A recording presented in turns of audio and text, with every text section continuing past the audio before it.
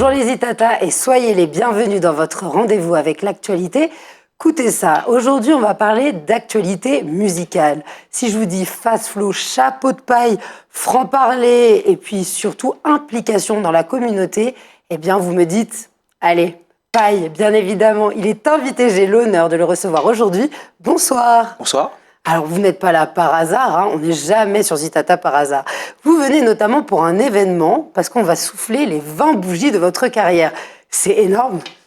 Oui, c'est une date effectivement qui est assez marquante. Alors, il ne faut pas le voir comme un requiem, c'est une étape. Oui. Et on espère justement pouvoir faire pareil dans 20 ans si mes genoux me portent encore. C'est ça, mais on va l'espérer. Mais il y a 20 ans, est-ce que vous espériez être toujours là, être toujours dans la vibe, pouvoir correspondre à un public et vous faire plaisir? C'était pas évident, hein? Ah non, du tout, parce que contrairement à beaucoup de gens, la musique n'a jamais été véritablement un choix. En fait, je suis un accidenté de la musique. J'en ai fait au départ presque comme une expérience. Et puis ça a été une expérience heureuse qui a eu des déclinaisons commerciales avec des albums, des compilations, des succès, des prix SACEM, ce genre de choses. Ce qui fait que finalement c'est devenu mon métier, mais ça n'a jamais été un postulat de départ, ça n'a jamais été une volonté. Je regarde donc derrière moi avec la surprise effectivement que ça puisse faire déjà 20 ans, alors qu'au départ c'était pas un vrai choix, quoi. Et puis que surtout vous ayez toujours l'inspiration, parce que c'est ça aussi la créativité, c'est se trouver. Ben, je pense que la vie en général fait qu'à un certain moment, il y a des choses à dire parce qu'on vit des choses, on rencontre des gens, on est plus ou moins bousculé par ce qu'on va vivre. Et donc, mécaniquement, pour les gens comme moi qui ne sont pas de je suis un taiseux, donc à la base, je ne vais peut-être pas me confier aux gens autour de moi. J'écris des chansons, ça marche aussi bien. Donc, il y a le paille dans l'intimité. Et puis, il y a le paille sur scène. D'ailleurs, le paille dans l'intimité, c'est une autre identité, c'est un prénom et un nom. En 20 ans, vous avez vieilli, vous avez évolué, vous avez grandi. Est-ce que vous avez vu cette période de vie basculer ou finalement vous êtes l'évolution logique du jeune homme qui a commencé? Je sais pas, il y a au-delà du temps qui passe, il y a aussi ce qu'on fait du temps qui passe. Il y a des gens qu'on rencontre, on peut avoir des rencontres plus ou moins heureuses, on peut avoir des choix qui sont plus ou moins porteurs. Alors effectivement, à un moment, le bilan est toujours vers ce qu'on aurait dû changer, ce qu'on aurait pu faire mieux. Moi, dans l'absolu, j'ai eu beaucoup de chance. J'ai eu aussi beaucoup d'amour de la part du public martiniquais. Les gens m'ont accompagné sur des terrains qui ne sont pas forcément évidents pour eux, parce que sur tous mes albums, je pense que le premier single, c'est un morceau sur une thématique ou sur un rythme qui n'est pas forcément ce qu'on attend de moi. Que ce soit Week-end arrivé, c'était du gros cas, Rêver, c'est du zouk. Et en fait, le fait que les gens m'aient quand même fait confiance et viennent au concert, continuent à demander à ce que je chante pour eux ou pour d'autres, c'est finalement une grande chance. On n'est pas nombreux à avoir eu cette chance-là. La seule chose que je peux espérer, c'est qu'elle continue encore un petit peu, puisque là encore, c'est toujours les gens qui décident à la fin. Il y a un moment, peut-être que les gens applaudiront moins, effectivement. Alors, une carrière multifacette, avec, je le disais en introduction, une volonté aussi de faire beaucoup pour notre région, pour notre pays, la Martinique, la faire rayonner. Bon, ça, on va dire que c'est une conséquence ensuite.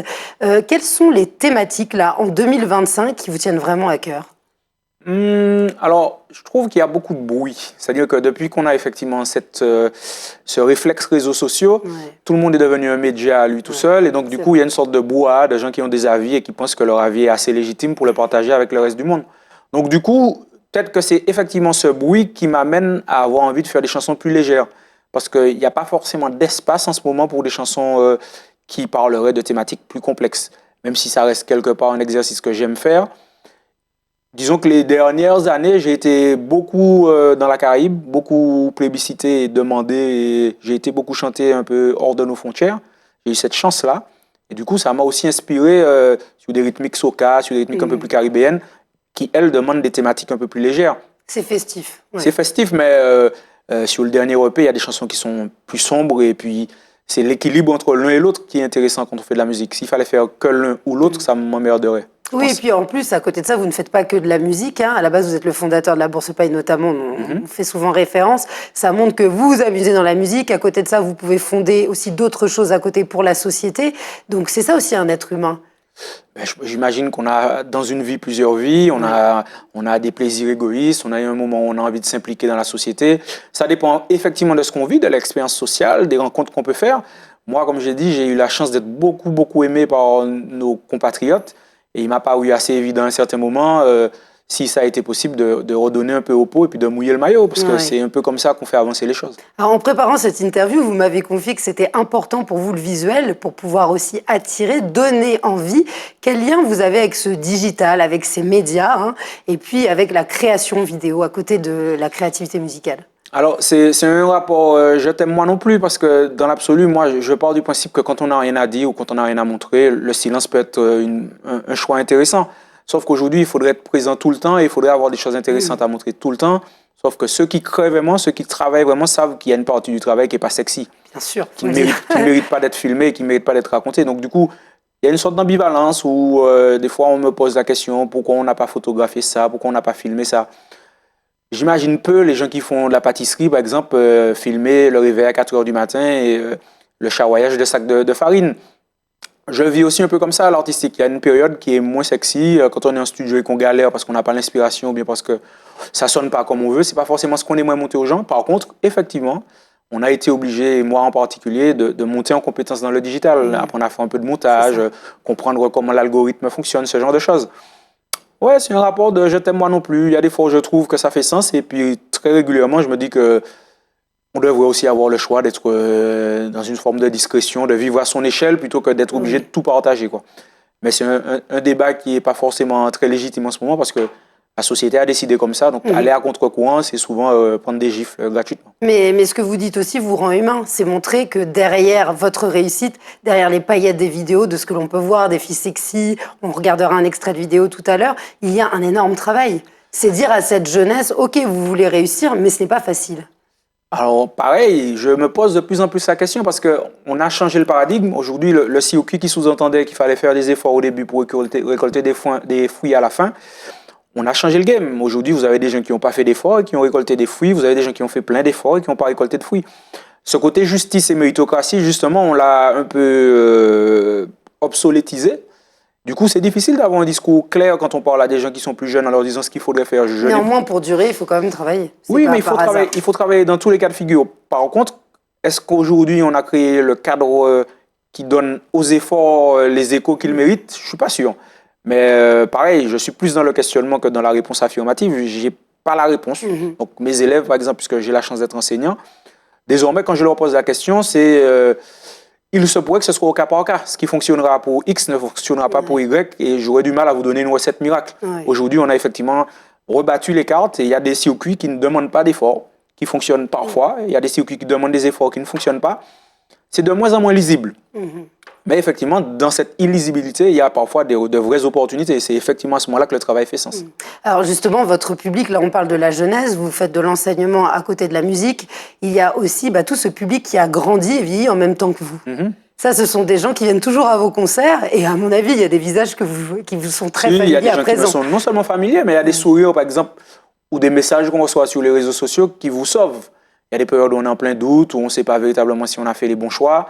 Et puis vous avez quelqu'un qui vous écrit quelques lignes, qui pense que quelques lignes sont perdues dans un flot de messages. C'est arrivé. Mais il y a des fois où on tombe dessus 2 jours après, ou 3 jours après.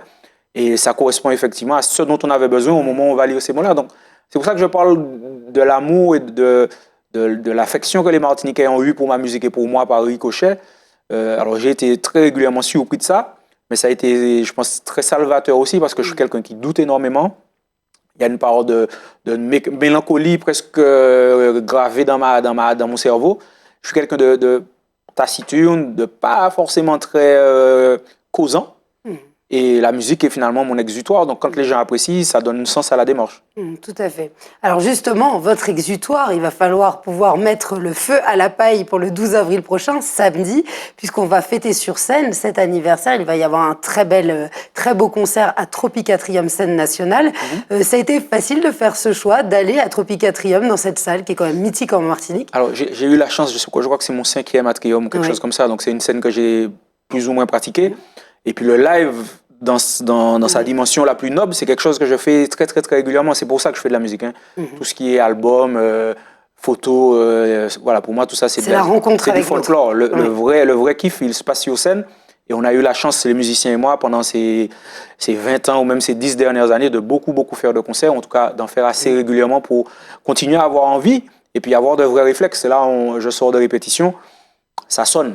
Parce qu'en fait, on se connaît, on a des réflexes, on a des automatismes, on se comprend. Et c'est finalement cette alchimie que les gens vont récupérer quand ils seront dans la salle. Donc, sur la qualité du concert, j'avoue avoir très peu de doutes parce que je suis moi-même admiratif du son qu'on fait, ce qui est en général plutôt bon signe pour quelqu'un qui est en général rongé par le doute comme moi. Quand on joue, en fait, je suis plutôt content de ce qui sonne. Donc, finalement, je pense que les gens aussi vont s'amuser samedi. Alors, beau clin d'œil, parce qu'il y a un titre à ce concert, AOP. Oui. Comment vous l'avez choisi? Sur un coup de tête, en fait, souvent, j'ai l'impression d'être un peu le dernier Mohican. C'est-à-dire qu'il y a des choses que je m'interdis, il y a une sorte de ligne de conduite, de droiture, en tout cas, que j'espère avoir dans ma manière d'être et dans ma manière de faire de la musique, qui est de moins en moins rentable commercialement, puisque aujourd'hui, on a une sorte de changement d'air où il est question d'être de plus en plus rentable et de plus en plus vite rentable. C'est-à-dire, parfois, on va faire une chanson parce qu'il faut que ça buzz sur une thématique qui n'est pas forcément bien traitée, mais qui aura des effets commerciaux, mercantiles. Moi, j'essaie d'écrire des chansons dont je peux être fier 10 ans, 20 ans plus tard. Du coup, effectivement, ça me rend moins agile, moins adapté à ce que le marché demanderait. Et donc, AOP, appellation d'origine protégée, c'est un peu ce qu'on fait dans l'agriculture. Quand il y a un savoir-faire qu'on ne veut pas voir disparaître, alors bon, ça peut paraître mégalomane, mais quand il est 22h et que je trouve ce nom-là, ça paraît faire sens. Donc, du coup, j'imagine que si ça vous a plu, c'est que ça doit pas être complètement...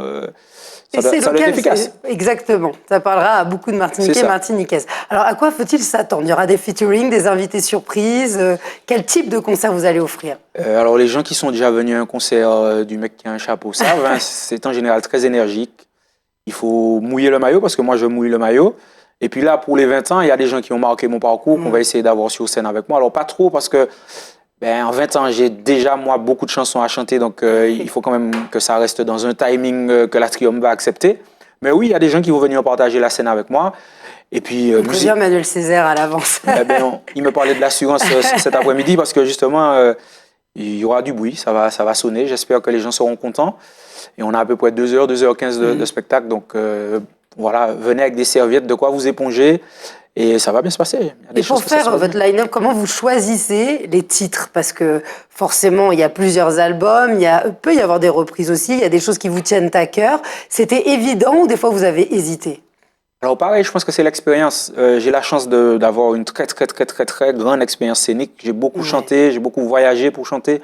Donc j'ai vu ce qui se passe ailleurs, j'ai vu ce que les Caribéens font, j'ai vu ce que les Colombiens font, j'ai vu ce que les stars du rap ont fait quand j'ai eu la chance de partager des scènes durant des festivals avec eux. Du coup, ça a nourri mon appétit pour la scène, mais ça a aussi aiguisé ma manière de fabriquer les shows. Et du coup, ça devient naturel, en fait, quand on réfléchit à comment les chansons s'imbriquent. Et puis, il y a le dernier paramètre, c'est la science des musiciens, qui apporte effectivement une vraie technicité et puis qui donne de la musicalité à ce qu'on pourrait considérer comme de l'énergie. Parce qu'en fait, le registre est a priori dancehall. Mais c'est un concert dancehall que même les fans de jazz pourraient accepter. Exactement. En fait. C'est ça qui me fait plaisir, c'est que je pense qu'on n'a pas vraiment à rougir de ce qui se fait ailleurs. Là, on a vraiment un show qui, bon pareil, ça peut paraître nombriliste, mais avec le peu de recul que je peux avoir sur ma musique, franchement, ça sonne. C'est vraiment un truc qui m'impressionne, c'est que tout le monde est en place, il y a une vraie énergie, et puis c'est extrêmement riche en termes d'arrangement.